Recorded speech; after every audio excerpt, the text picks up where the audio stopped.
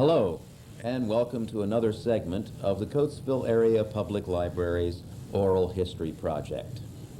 I'm talking here today with Harry Yost, a person who has been a part of the Coatesville community for 75 years. Good afternoon, Harry.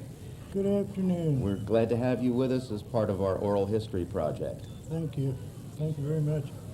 Harry, most people will end up in a cemetery, but it's my understanding that you began there 75 years ago. Is that correct? That is true. I was born in the house, the caretaker's house at Fairview Cemetery. Mm-hmm. And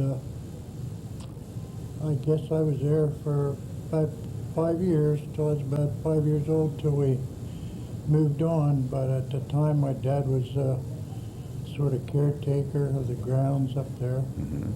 And do you have any specific memories of the house? I was in it recently. It seemed quite modern, and when I was there, I imagine it's changed a lot. A well-built house, I would say. It had 4 bedrooms, and of course there was a bath upstairs, and then there was a art building that was used by people that visited the cemetery. Mm-hmm.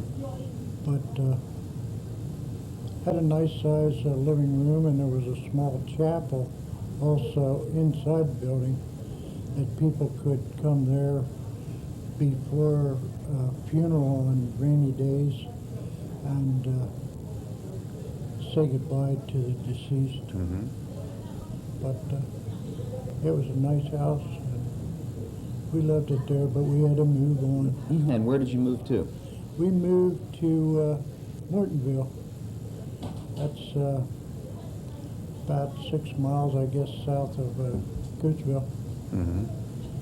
And I guess I lived there for another 6 years. And went to a school called Fairview. It was one part of the King Ranch grounds there. And it was a very pleasant experience. There was 28 students, and it went from 1st to 6th grade. And Is this what would be called the typical one-room schoolhouse? typical one-room schoolhouse. Got a man teacher, which ruled with a very long stick. Do you remember his name? His name was Mr. Shank. I don't recall his first name, but he was a good teacher, and he was very well educated himself. Mm-hmm. But he kept order, and that's what he needed to do. Can you recall any of his teaching methods? I know you said he ruled with a long stick. Well, anybody that was out of order or did something to another student that they shouldn't have got sort of a tap with his pointer stick across the back to the hands. Ouch. And I don't think I ever saw anyone cry over it, but he knew not to do it again. But then we left there in Mortonville, that is, and moved on to Romansville, to a farmhouse there. And I spent a couple of years there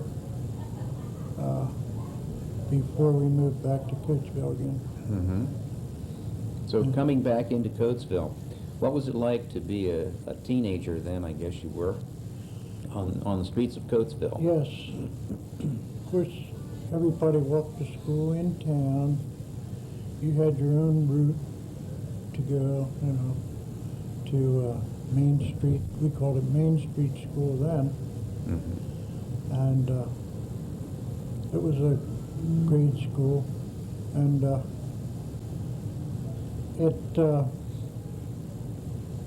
it was pleasant to be able to go to a building a school with so many other people at that time, you know, after coming from one-room schools in the country. But it often amazed me at when I first came here how they changed classes, and people would pass people in the halls going different directions, but everybody seemed to know where to go. Mm-hmm. And it took me a while to learn that. I remember that.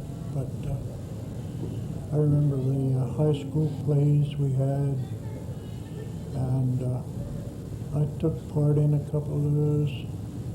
Do you remember any titles in particular? I think we did Pinocchio. So it was very interesting to me. Of course, I think all the kids during showtime had a lot of stage fright, you know. Mm-hmm. Natural enough. Sure, yeah. Do you recall where you were living when you moved back into Coatesville? What address? What street? I came back to a row of houses between 4th and 5th Avenue. And we lived there for probably, I'd say, 3 years. And ironically, we moved back then to the cemetery house. Did you really? It was empty at the time, and my father knew the caretaker. Well, my father was a painter. Mm-hmm. Of course, I was 4th generation of painter in the family, and we moved back up to the cemetery house, and my dad had painted the building and saw it was empty. And so we got a chance to go back there, and we stayed there till I left there when I was 16, Mm-hmm. and moved to Downingtown. Other than school, how did you spend your time? What did you do for fun as a kid in Coatesville? Well, I loved to play baseball. We had a field just, I guess it was on Oak Street near Chester Avenue, and we'd gather there nearly every evening, kids in the neighborhood. Mm-hmm. Girls played ball along with the guys, you know, and we did that. We roller skated a lot, but I think my favorite pastime as a preteen, I would say, was shooting marbles. I loved to shoot marbles. Uh-huh. Oh yeah. But everybody, all boys carried marbles to school, and that was recess. Mm-hmm. And that was a big pastime. How about in the winter? I remember you mentioned something to me about going sledding in the wintertime.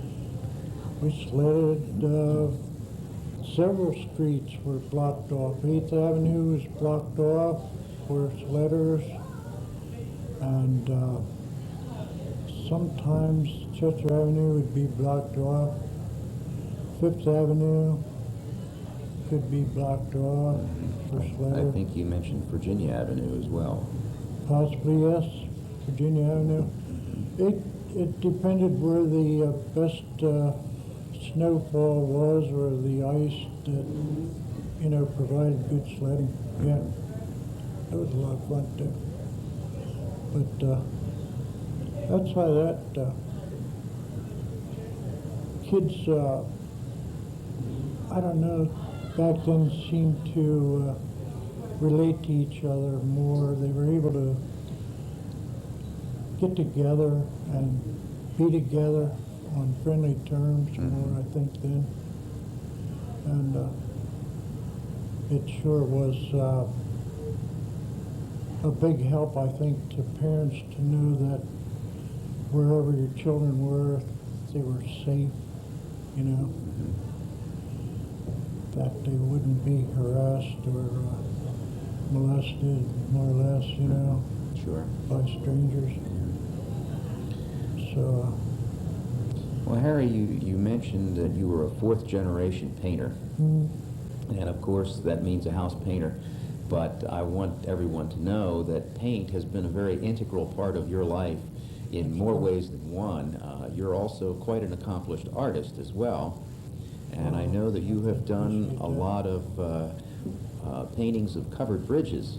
And I'm sure some of those have been around this area. Can you tell us a little more about that? it's true. I was a house painter for 55 years of my life. And I guess I painted all over Chester County,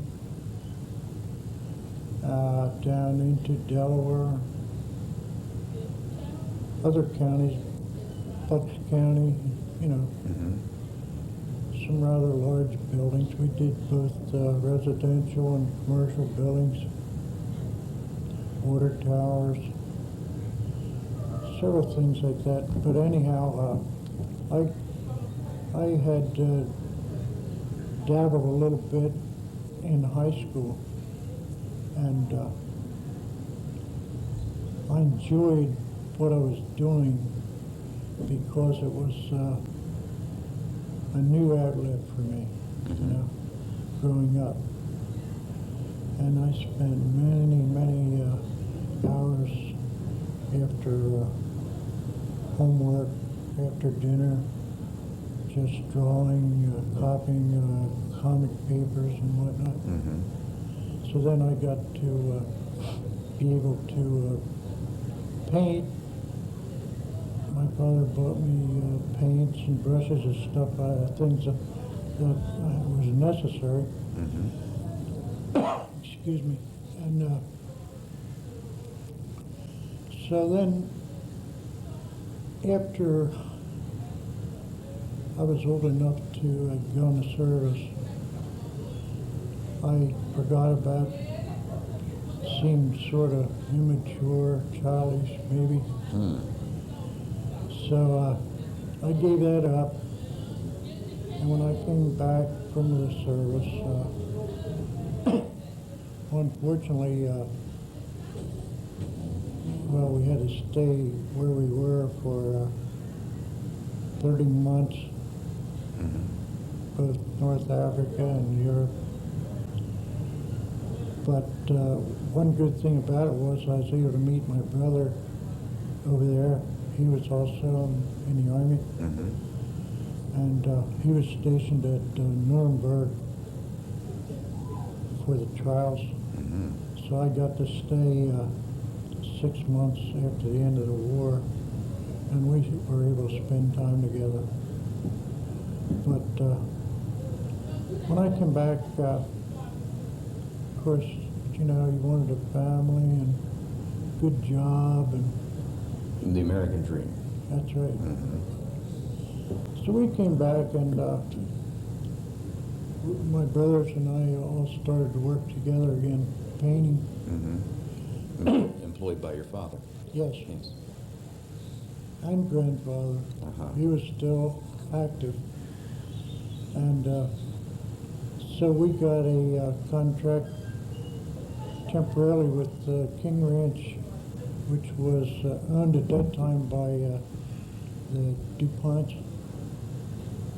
and we painted their farm buildings there for I guess about 2-3 years.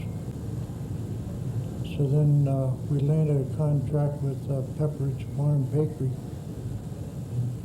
and took care of all their buildings in the downtown area, from roof to ground level.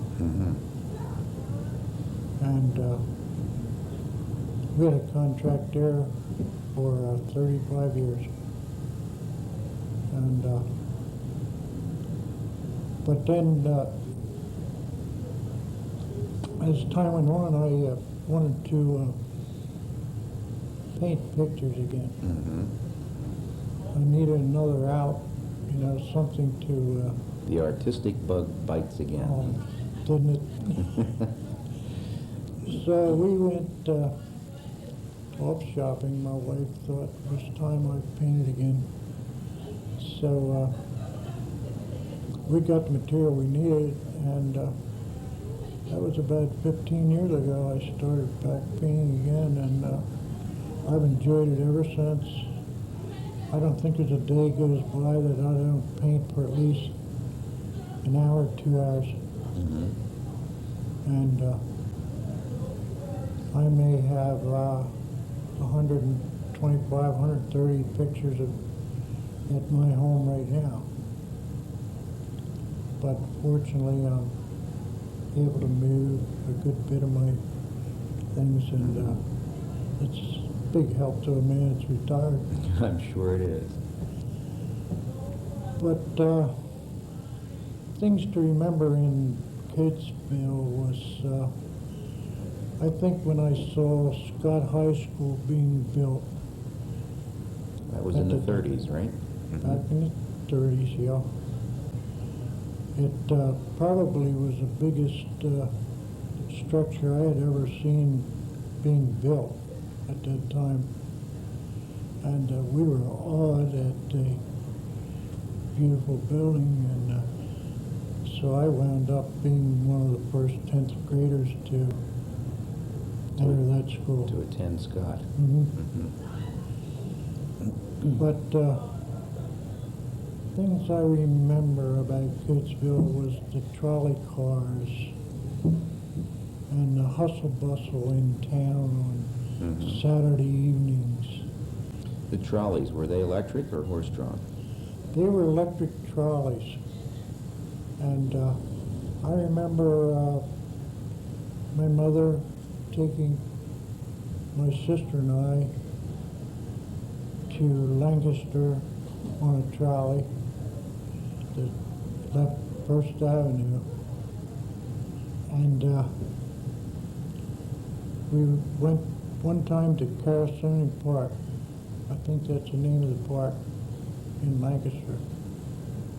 And we spent a day there with friends, and when we caught the trolley back, it was getting late in the day, and I was worried we wouldn't get home before it got dark. And you were how old then? I must have been 6, 7 years old. But I had ridden the trolley to Westchester and Lanark. It traveled, I think, from Lancaster to, I guess, somewheres in western Philadelphia. I don't remember where now. While we're on the subject of transportation, can you recall any of the cars or vehicles that your father may have owned? Yes, I can. Tell us about them. We had several, I remember 2 Model Ts and 4 Model A's, not all at the same time. 2 Durants at different times, and an Overland, they called it. Most of them were what they called touring cars. They didn't have stationary glass in them, you know. They had snap-on isinglass windows. And I know at one time one dealer in Downingtown we had dealt with, between my brothers and Dad and I, we had bought over the years about 28 different automobiles. And I don't think any of them were new, but they provided transportation, and that was all was important to us at the time. Yes. What do you remember of the downtown section of Coatesville as a kid? I'm sure it was much different then as it is today. It was a joy to go in town on Saturday evening. It seemed like everybody in the city was shopping, at some point. And it was interesting to see the people. They were happy people, It was a treat, I think, for most people to be able to get to town on Saturday evening, Yeah. And of course, you bought your weekly supplies and for groceries and things like that. And but I remember Cohen Brothers department store, clothing store it was. My mother bought me clothing there as a child, teenager. But that was because I always lived in Chester County, so, and that seemed to be the hub of Chester County. What can you remember of clothing styles? I remember that the pants I wore to school were called knickers. And they went to your knee and they had elastic Okay. around the lower part of your knee. And you wore long stockings that were held up underneath these knicker pants Yes. with a garter belt.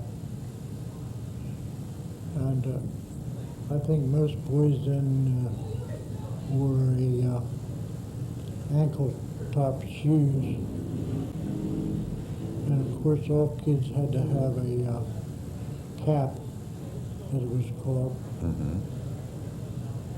And young boys didn't wear suits hardly at all. And many times my father would bring me to church and Sunday school at 4th Avenue Presbyterian Church. And In your knickers. yep, I wore my knickers. But then when we lived in Mortonville, we went to a little church at Doe Run. And oftentimes they didn't have a minister for the service, so my dad spoke on several occasions there. Sort of a lay minister then. Sort of, yes. And he enjoyed that. I know he did, because evenings we didn't have television or anything like that. We did have a radio, but my father would read scripture to us as children, and we learned so many Bible verses during that period of time, And I was in a Sunday school one time up at Westwood, and they said if there was anybody that could memorize all the books of the Bible, they would get a brand new softback Bible. So my dad leaned over and he said, "Are you up to it?" And I said, "Yeah, but I don't think I want to get up on the stage." But I went through it, and they presented me with a Bible that I still have today. Good for you. I was about 9 years old. Wow. You mentioned radio. I know that back then there was a regular radio programming schedule. Can you tell us any of the shows on the radio that you can remember? Well, there was several. Of course, the Lone Ranger was popular with children, and Smiling Jack, he was in there playing pilot. It was a show. Jack Armstrong was one show that children liked, and there was a show called Gangbusters. Mm-hmm. They were cops that settled, police that settled different crimes, captured criminals. Mm-hmm. And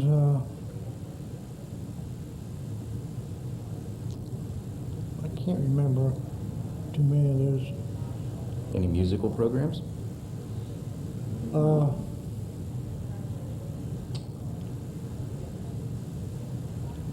None I can remember. Okay. But I remember the show that Orson Welles did. It was called War of the Worlds. Yes. Tell us your reaction to that. I'll tell you, I really don't remember how old I was then, but I was considered a kid. And I had a sister and a brother at the time. And when the program started out, we were in another part of the house. Mm-hmm. But my father had the radio on at the time. Well, as the program proceeded there, he called my mother into the room, Yes.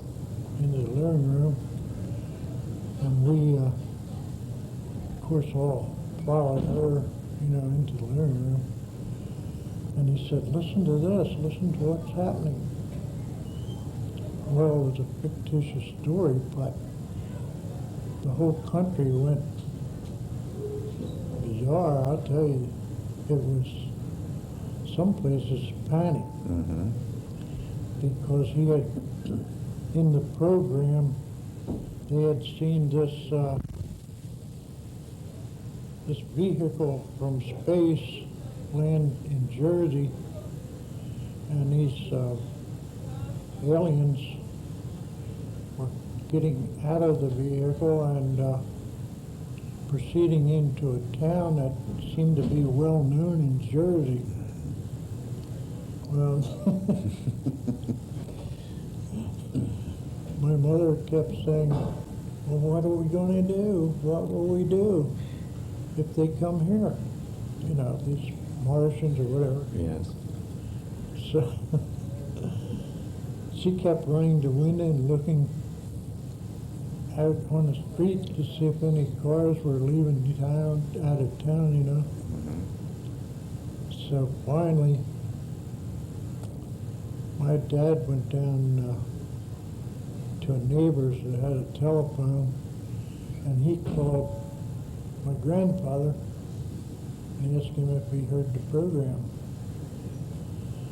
And of course, grandfather told my dad, he said, "Don't worry about it." He said, "Get some sleep." He said, "We got a lot of work to do tomorrow." So I don't know, but I think my mother might have stayed up all night by the window to see if we had to. Had an invasion. Yeah, Interesting story. it was. But town, Coatesville was always a busy town, even though I think Lukens at the time was the only main industry in the area. Mm-hmm.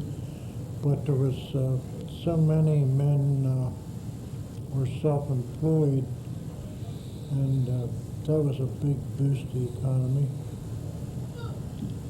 But of course, the five and dimes, the 10-cent stores were at their peak then, you know, in town. Well, let's talk about pricing for a moment, Harry. Okay. What could 5 or 10 cents get you in those days? Because we know it doesn't buy you much now. No. Well, I know at the time you could get a pack of cigarettes. For 12 cents you could get a gallon of gas. It depends where you bought it. 12 cents a gallon. Those days are gone. And my mother and I could I had a little express wagon. I used to go with her Saturday afternoons and grocery shop. And I'd pull the groceries home in my wagon, and she could put 4 grocery bags in the wagon, and I'm quite sure she didn't have to break anything but a $5 bill. Wow. Sugar was 5 cents a pound, flour probably 5 or 6 cents a pound. Bread was a nickel, you know. For a loaf of bread.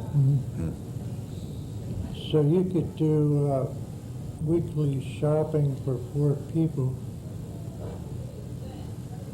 on $5 or $6. That is grocery shopping. And Do you remember the grocery store you went to? Tell us a little bit about that. Where was it? I remember the first time she got me to help her. The reason my dad didn't help was he was off Painting, probably.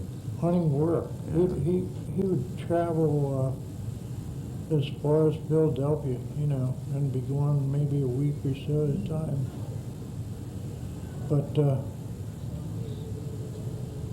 I know Max Morris had a grocery store on South First Avenue,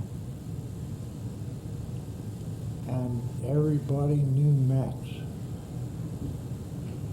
And when we lived at the cemetery house, we'd go out Oak Street down First Avenue and go up to Max's and fill our wagon, and we'd bring that home. And another place we went to, there was Acme on the corner of 7th and Main Street.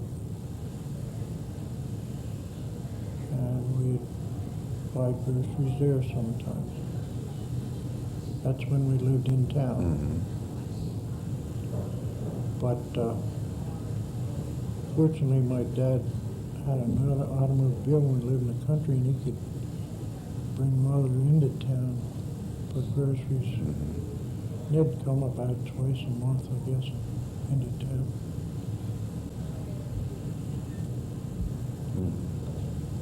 Well, Harry, I want to thank you for participating My pleasure. I hope in our project here. it's some help to you. Oh, I'm sure it is. You shared some of your memories with us, and I know it's put a different light on things for me, and I'm sure that it will for our viewers as well. So I thank you again for participating in the Coatesville Area Public Library's Oral History Project. Thank you.